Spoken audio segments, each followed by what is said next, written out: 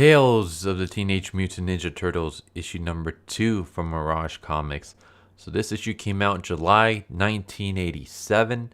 So in terms of release date, this came out after TMNT number 11, volume 1 from Mirage Comics, but before issue number 12, so that's why I'm doing it now. So yeah, let's just jump right into this. So we start off with the Turtles, and they're sitting around on the couch in Casey Jones's farmhouse, watching the news, when all of a sudden one of their brothers pops in and says, like, look at you guys. You guys are becoming couch potatoes. Like, let's go out and do something. And another turtle is like, yeah, like, let's go check out Springfield. Like, it's a city. It'll be great to be able to, jump around in the buildings and stuff like that, because we haven't been able to do that since leaving Manhattan. And it's like, yeah, let's go. Let's just go rush and jump around on buildings and see what happens. So they're walking through the city when all of a sudden they hear gunfire. So they jump on top of the roof of one of these buildings, and this mysterious figure shows up, and he's, he has a mask, he has a long cape. He looks basically like Spawn, like a silhouetted version of Spawn, which actually got me wondering if maybe Todd McFarlane took some inspiration for Spawn from this character, who later is known as Nobody. So I wonder if Nobody had any kind of inspiration for Spawn, because he looks like him. Like, he just, I mean, obviously it's just like the mask, the full bodysuit, the cape, but like just the long cape and the way it flows and stuff is giving me a lot of Spawn vibes. Anyways, he shows up on the building, he falls down. It turns out that he's been wounded, he's been shot, and he's like, don't worry, like, it's just a flesh wound.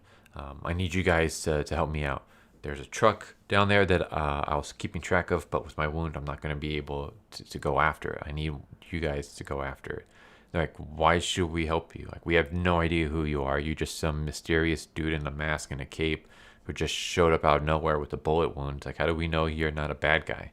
He's like, I'm a police officer. And he shows his badge. He's like, I need you guys to track down the truck and then meet me under the Memorial Bridge at dawn. So they go and they track the truck. They land on top of the truck. They see where it's going. It's taking them to BFR Trucking. And then later they go to meet the guy under the bridge. He shows up at under the bridge at nightfall. Only Leo's there. And he's like, do you not trust me? He's like, trust has got to be earned.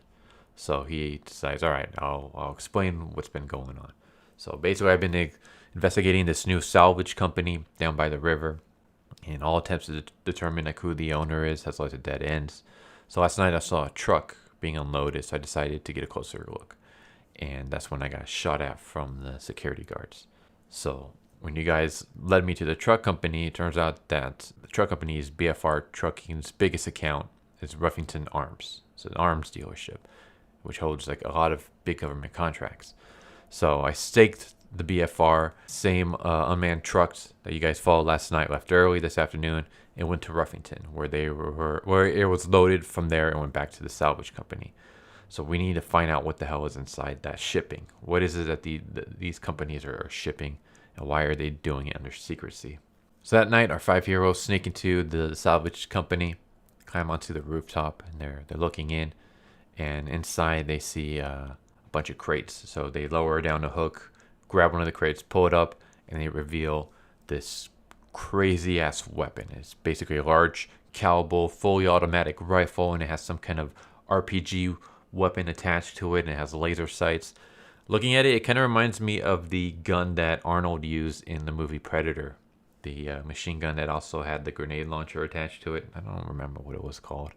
Yeah, before they can do anything, because he's like, all right, like, we know what's inside now. It's these crazy-ass guns. We have to make sure that these crates do not leave this building. I'm going to try to call the police and get them down here to make a bust. But before that happens, a new arrival shows up. Basically, they're making a deal right now. The buy is going down. And they're like, all right, I'm going to go after the new guys who came in.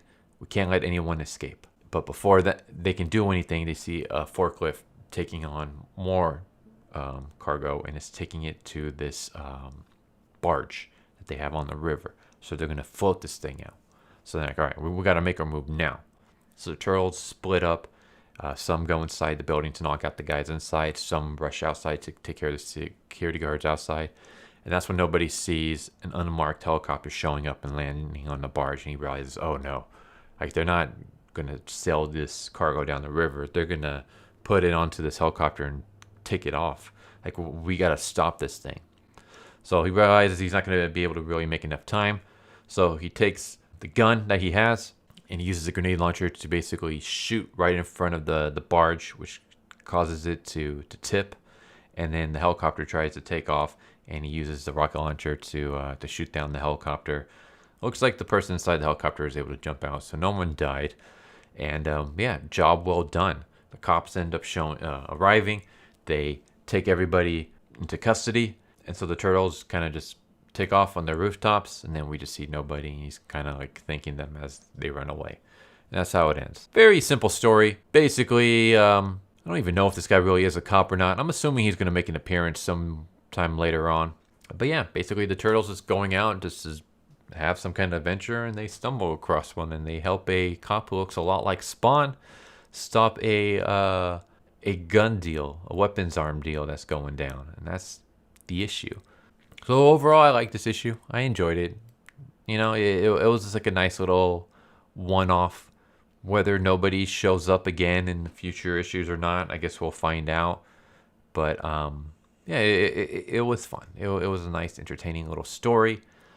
I like things like this. Like, you know, I can just pick it up, read it. I don't need to know what's been going on in previous issues to keep up with what's going on here. I mean, not that, you know, obviously I have been reading the previous issues, but like if I just stumbled across this issue, I'm glad that I can just pick it up and read it without getting lost. Yeah, well, it was a fun story of the turtles teaming up with Proto-Spawn to help him take down this weapons arm deal. So fun story. Like the artwork, like as always. This artwork's really starting to grow on me.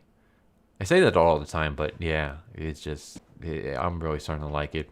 But there you go. There's Tales of the Teenage Mutant Ninja Turtles issue number 2, and I hope you guys enjoyed. I've been enjoying this series so far as well. I mean, it's only 2 issues of the Tales of TMNT, but they've been 2 pretty good issues so far. So we'll see how it goes. Next video will be continue on with issue number 12. But yeah, I hope you guys enjoyed the video, and I hope to see you next time. Later. So what did you guys think of that video? I hope you guys enjoyed. If you guys haven't already, please subscribe, hit that bell for a notification, leave a like if you enjoyed the video. And if you didn't enjoy the video, thank you for watching it this far, and I hope the next video is more to your liking. Feel free to check out the playlist that you guys see, and I hope to see you guys next time. Later.